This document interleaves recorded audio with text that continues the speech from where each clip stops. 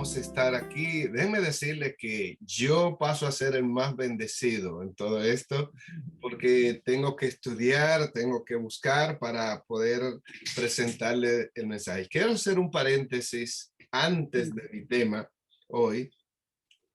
Al tratar con diferentes hermanos en diferentes países, me he dado cuenta que muchas veces no creemos exactamente lo que estamos pidiendo y lo que estamos, o sea, lo que estamos haciendo con nuestro Dios. La respuesta de Dios va a ser en base a nuestra convicción y a cómo nosotros los hagamos.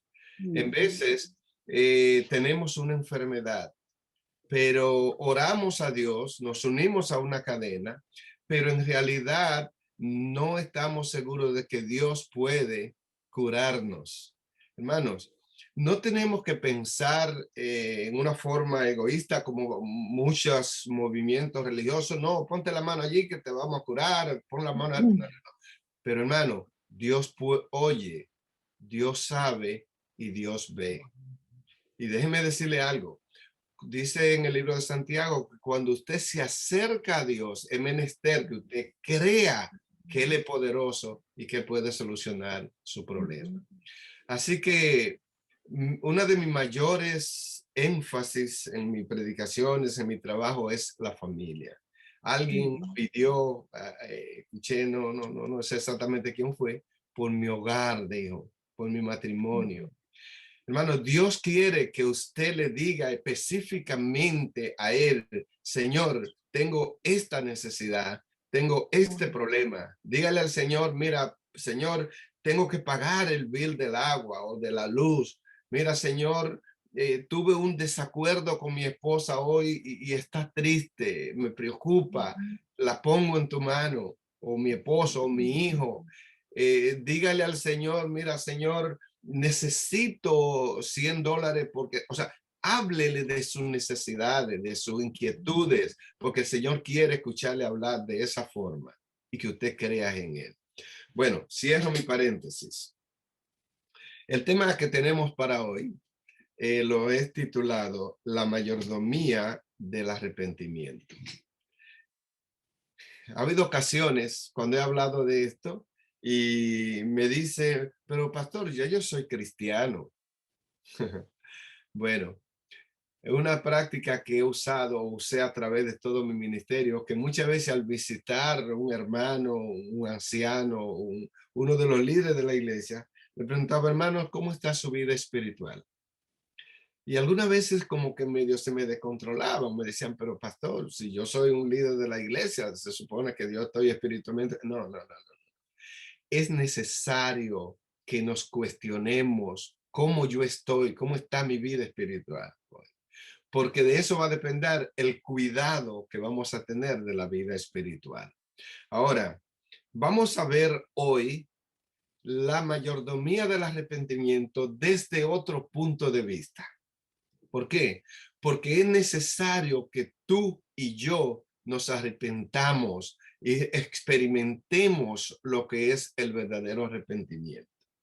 Permítame definir algunos términos, porque tengo el concepto y hoy y mañana vamos a hacerlo.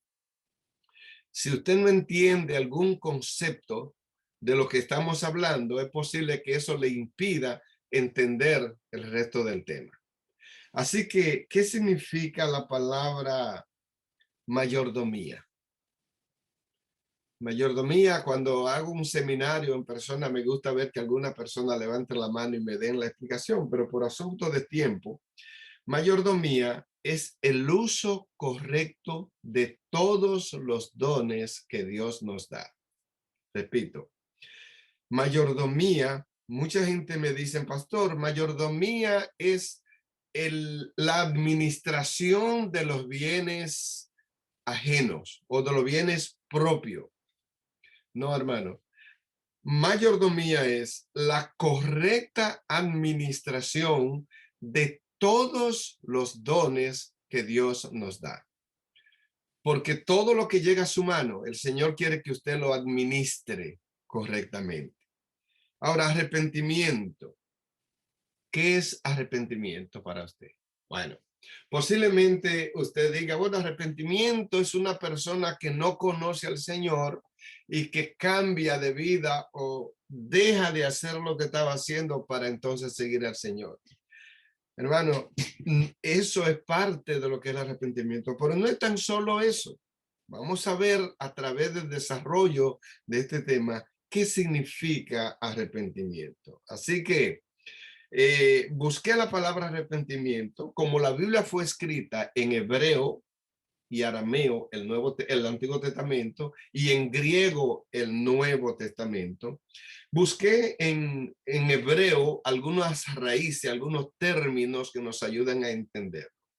Y conseguí el verbo naham. El verbo naham en hebreo normalmente se acentúa o se tilda las palabras, y la palabra a de naham lleva una diéresis como si fuera la parte superior de una ñ. Así se escribe en hebreo. Pero eso significa sentir pesar o estar triste. Pero busqué también que usan tanto el término naham como el término noham, terminado en M. El término noham significa arrepentirse o volver. Vayan fijándose cada concepto para que podamos juntarlo todo y luego poder sacar la definición. En el griego, eso era hebreo, en griego hay dos términos también. Uno es metanoeo, y metanoeo lleva entonces sobre la E y sobre la O, las dos últimas, lleva entonces una pequeña diéresis. Esa palabra significa cambiar de dirección. ¿Podemos ver la relación? Arrepentirse, sentir tristeza, cambiar de actitud. Ahora dice en griego, metanoeo, cambiar de dirección. Y el otro término en griego es metanoia. Primero era metanoeo, ahora metanoia. No estoy tratando de filosofar, estoy tratando de poner para que podamos sacar la esencia de esto. La palabra metanoia significa cambiar de opinión. Si nosotros combinamos todos estos términos, vamos a ver que en realidad nos están llevando a lo mismo: sentir pesar, estar triste, arrepentirse o volver. Y en griego, cambiar de dirección. Estamos en la misma línea, ¿verdad? Cambiar de opinión. Una vez cambiar de dirección hacia donde yo iba, y ahora cambiar de opinión para hacer otra cosa. Oh, hermano, me llena el corazón cuando yo puedo buscar de esta forma y ver que la palabra de Dios es una fuente inagotable para que nosotros entendamos las cosas. Si nosotros resumimos todo esto, nos lleva a pensar que es el acto de abandonar el pecado, aceptar el don gratuito de Dios de la salvación e iniciar el compañerismo con Dios. Alabado sea su nombre. Amén. Esta parte lo tengo en un PowerPoint, pero me encantaría poder estar con ustedes y que ustedes tuvieran una hoja con quizás la voy a mandar al pastor para que él se lo deje llegar a alguno de ustedes. Vamos de nuevo. Arrepentimiento, entonces, si lo resumimos, sería el acto de, número 1, abandonar el pecado. Mientras usted está en pecado, está separado de Dios. Por eso es que cuando usted se arrepiente, usted le entrega su pecado al Señor y el Señor lo capacita. Porque dice, abandonar el pecado, aceptar el don gratuito de Dios. Hermano, muchas veces no le creemos a Dios y Él quiere salvarnos, pero no nos dejamos salvar. Aceptar el don gratuito de Dios de la salvación, y entonces cuando eso pasa, iniciar el caminar, el compañerismo con Dios. Por eso es que la vida cristiana consiste en estar con Cristo, porque separado de Él, nada Nada. podemos hacer. Hermanos, esto indica, oiga bien lo que le voy a decir ahora, esto indica un cambio radical en la actitud hacia el pecado y hacia Dios. Wow. Decía un animador de televisión, no cristiano, en Texas, you got it. O sea, ¿podemos entenderlo? O sea, estamos hablando de un cambio radical en la actitud hacia el pecado y hacia Dios. Si usted busca, por ejemplo, en Romanos capítulo 2 y el versículo 4, mire lo que dice. ¿O menospreciáis las riquezas de su benignidad, paciencia, longanimidad, ignorando que su benignidad te guía al arrepentimiento? O sea, el propósito de Dios es guiarnos al arrepentimiento. Por lo tanto, fíjense lo que dice Jeremías capítulo 29, versículo 12 y 13. Casi siempre, yo dije en estos días, cuando leemos a Jeremías 29 para leer el versículo 11. El versículo 11 dice, porque yo sé los pensamientos que tengo acerca de ti, pensamiento de paz y no de mal, para darte finalmente el bien que tú deseas. Pero mira Amén. lo que dice el versículo 13 y versículo 14. Digo 12 y 13.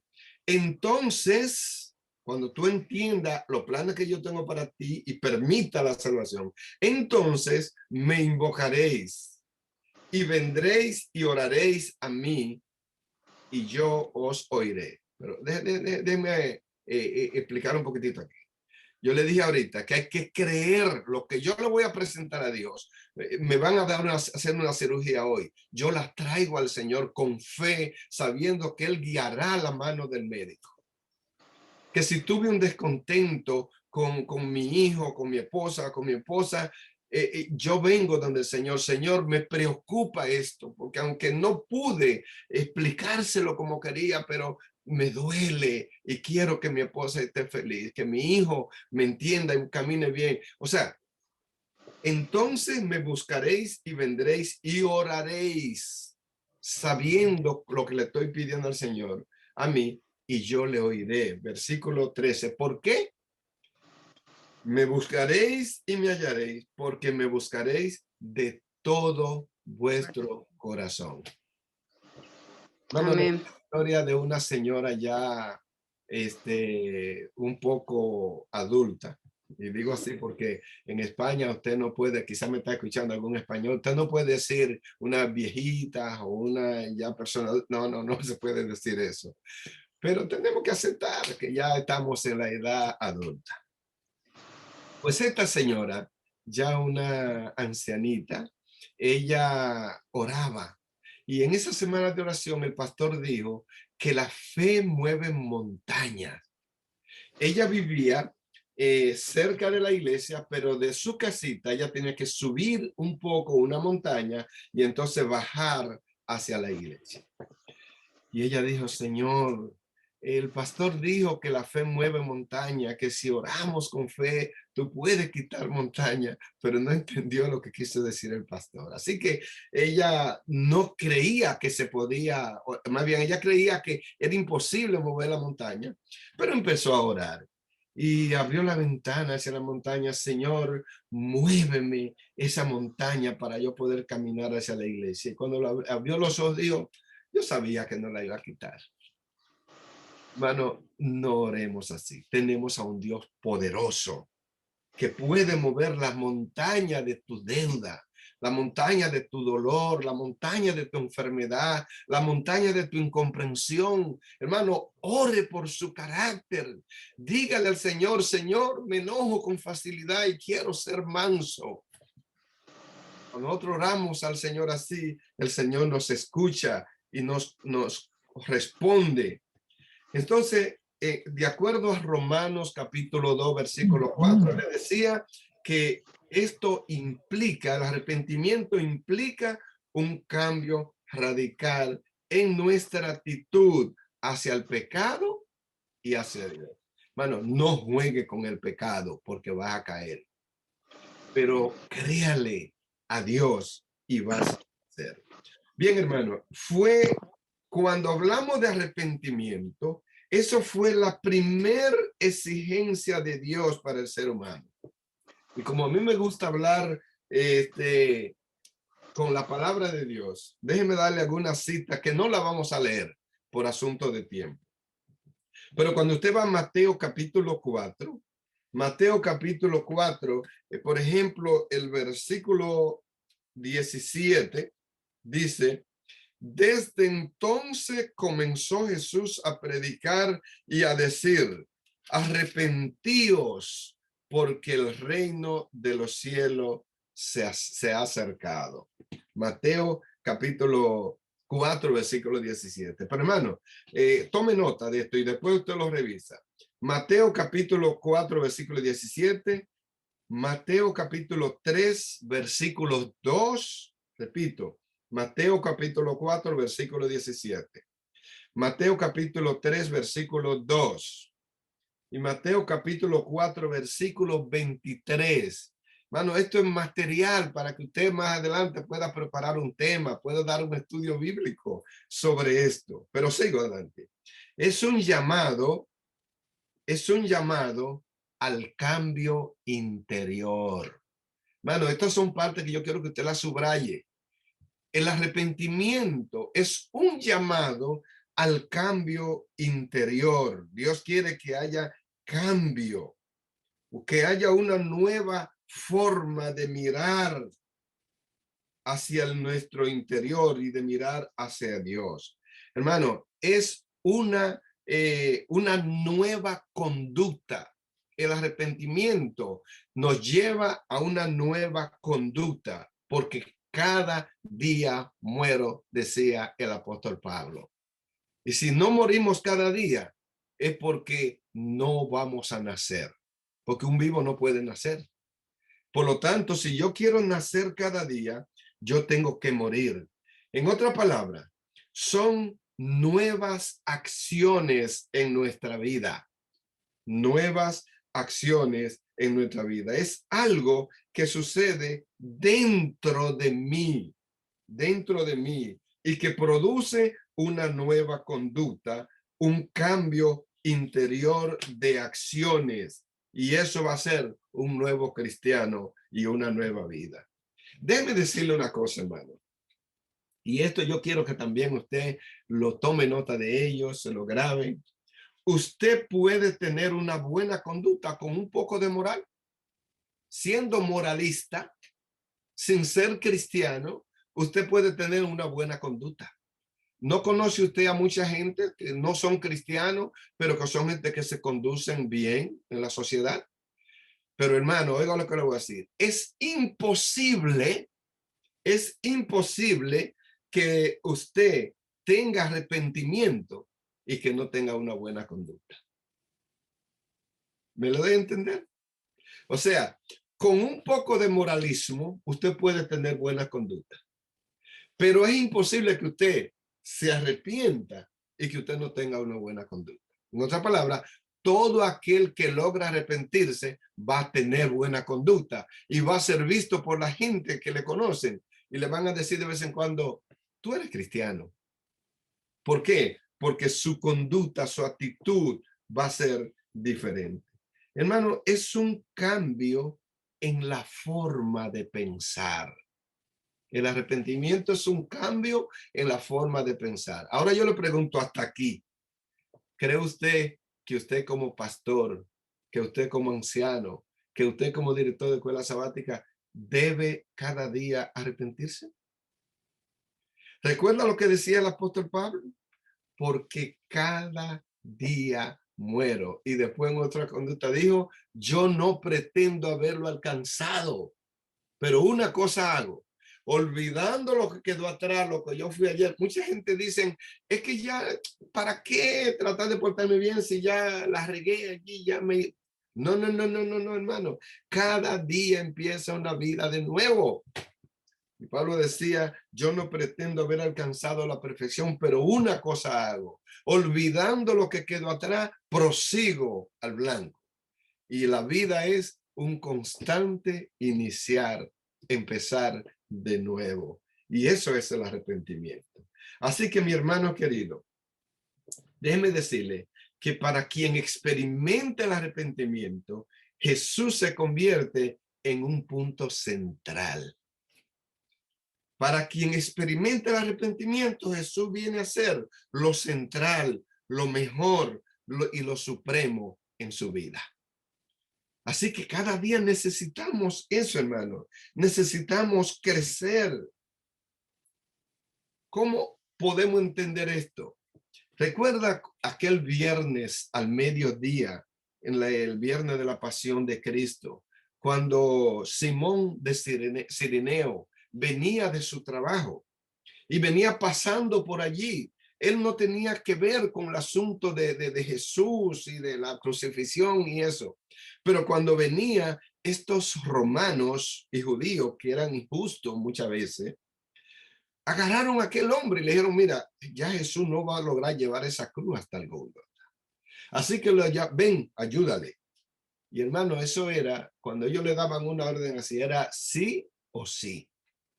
Era ven, ayúdale, no era preguntándole ni sugiriéndole, era una orden. Pero hermanos queridos, mi corazón se llena de gratitud cuando dice que Simón de Cireno, desde entonces, cuando vio el rostro de Jesús y logró ayudarle a llevar su cruz, desde entonces él caminaba en la misma dirección hacia donde iba Cristo Jesús.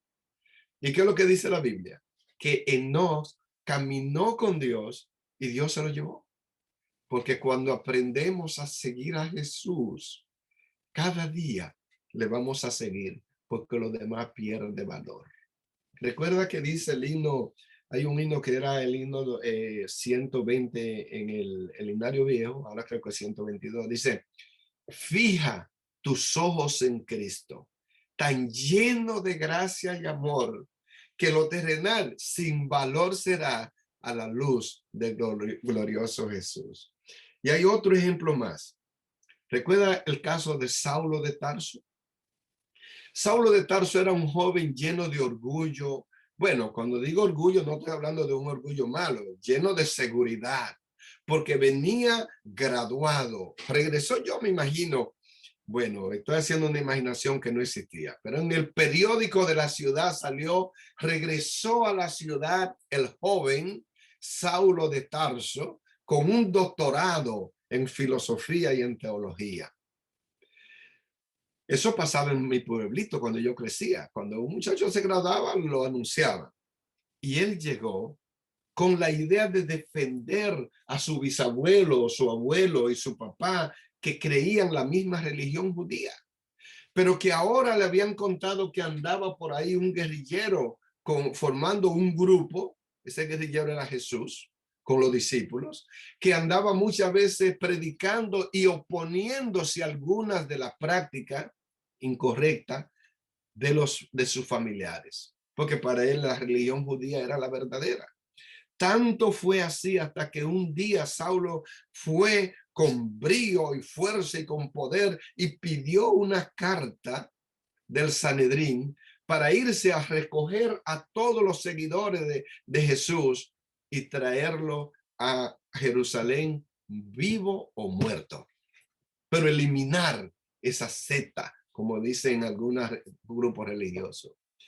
Y hermanos, luchar con Jesús, luchar contra Dios, no es fácil. Saulo salió, yo me imagino que en su caballo, con sus guardaespaldas, y se fue a Damasco, que queda como unos 12 kilómetros de Jerusalén. Me acuerdo cuando cruzamos de Tel Aviv y cruzamos por allí, y yo llevaba interés porque mi viaje es cuando yo viajo a Tierra Santa o a algún lugar, no es solo a hacer turismo, sino por aprender. Cuando él iba, brioso, orgulloso, hacia allá, de repente vio una luz, dice la Biblia, y quedó sobre el suelo. Y allí escuchó la voz que le dijo, Saulo, Saulo, ¿por qué me persigue? Y él le dijo, pero ¿quién eres, Señor? Si yo estoy tratando de hacer lo correcto, de predicar, de seguirte, de defender la religión que me han enseñado desde niño. No, no, no, no, no, no, no. I am Jesus. Yo soy Jesús a quien tú persigues. ¿Cómo? Pero hermano, ¿cuál fue la actitud? ¿Qué actitud tiene usted cuando el Señor lo reprende? Muchas veces nos enojamos, queremos abandonarlo todo, pero él no hizo eso. ¿Sabe lo que le dijo? What do you want that I do? ¿Qué tengo que hacer, Señor? O sea, un cambio de actitud, un cambio de conducta, un cambio de decisión. Señor, ¿qué tú quieres que yo haga? Ok, ok, ok.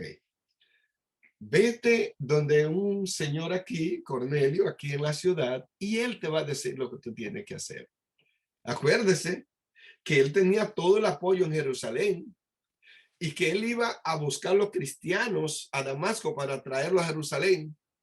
Pero es lo que dijo, Señor, ¿qué tú quieres que yo haga? No, no le dijo, Señor, espérate, hablamos más tarde que yo tengo que ir a Damasco a buscar a los cristianos porque yo tengo que defenderte. Hermano, Dios no necesita que tú lo defiendas. Dios necesita que tú te arrepientas. Pero muchas veces queremos defenderlo y atropellamos a otro, criticamos la iglesia, le hacemos la vida imposible al pastor. Aprovechen ese pastor que Dios le mandó, que esa iglesia no es del pastor, es tuya. Tú eres parte de esa iglesia. Aprovechen las virtudes. Cada pastor tiene virtudes, pero muchas veces no lo dejamos trabajar porque necesitamos arrepentimiento. Pero Saulo de Tarso no le dijo eso al Señor. Señor, ¿qué quieres? ¿Qué yo tengo que hacer? Ok, vete allí. Duró allí 3 días. Y a los 3 días cayeron, dice, como escama de sus ojos, porque había quedado ciego. Y Saulo fue enviado al desierto a desaprender lo que había aprendido y conocer lo que Dios tenía que enseñarle para desarrollar su ministerio. Igual que Moisés, que fue al desierto. Pero hermanos queridos, a mí me encanta cuando dice que desde entonces Saulo caminaba por caminos diferentes y regresó a Jerusalén, no con los cristianos presos ni muertos, sino a predicar a Cristo ahora a los judíos. Un cambio de conducta, un cambio interior, ese cambio que debe surgir cada día en ti y en mí. Ese cambio que debe surgir en cada pastor y en cada anciano, en cada líder de la iglesia. Déjeme decirle, hermano, esta otra clave para ir terminando. Sin Jesús, tú no tienes nada. Con Jesús, tú lo tienes todo. ¿Me lo doy a entender? Cuando yo tengo a Jesús, lo tengo todo. Si lo pierdo, no tengo nada. Concluyendo, arrepentimiento es cambiar de conducta. Arrepentimiento es cambiar de dirección. Arrepentimiento es aceptar, creerle a Dios y aceptar el don gratuito de la salvación que Él nos da. Arrepentimiento es un cambio interior. Arrepentimiento es un cambio de conducta. Arrepentimiento es creerle a Dios, bregar diferente con el pecado y con Dios y caminar con Él cada día y en cada momento. Mi hermano queridos, después de estudiar para preparar este tema, yo he decidido cada día pedirle al Señor, Señor, transfórmame a mí, porque yo sé que tú sabes eh, eh, eh, quiero hacerle énfasis a ese himno que estamos cantando. Dios sabe lo que hay en tu alma porque te conoce. Dios oye tus plegarias fervientes. Por lo tanto, empecé diciéndolo, tú tienes que saber cómo ora a Dios, porque Él oye tu plegaria ferviente. Dios ve tu angustia y te calma. Y Dios hace de ti un gigante. ¿Sabe por qué? Porque Dios sabe, Dios oye y Dios ve. Que Dios nos bendiga. Yo quisiera preguntarle antes de orar, antes de concluir, ¿hay alguien que quiere unirse a mí esta mañana y decirle, Señor, dame el arrepentimiento y ayúdame a caminar contigo? ¿Queremos decirle eso al Señor? Alabado sea su nombre. Querido y amante Padre de amor, alabado sea tu nombre. Señor, yo podría venir aquí a discursar y a impresionar con filosofía, pero no es lo que yo quiero. Yo quiero que tú me uses y me ayude a compartir con cada uno de los hermanos que están conectados y me escuchan para que surja un cambio en nuestra vida y que esta semana sea un hito de partida para una nueva experiencia contigo. Ayúdanos, Señor, a cambiar o cambia tú nuestro carácter, nuestra actitud y haznos más manso y más humilde para seguirte y enseñar a otros. Dirígenos, Señor, y que este día sea de bendiciones y de victoria para cada uno. Señor, cuando te seguimos, las enfermedades se van, las deudas se cubren, los problemas se arreglan y vivimos una vida en paz contigo. Déjanos experimentar eso. En el nombre de Jesús te lo pedimos. Amén.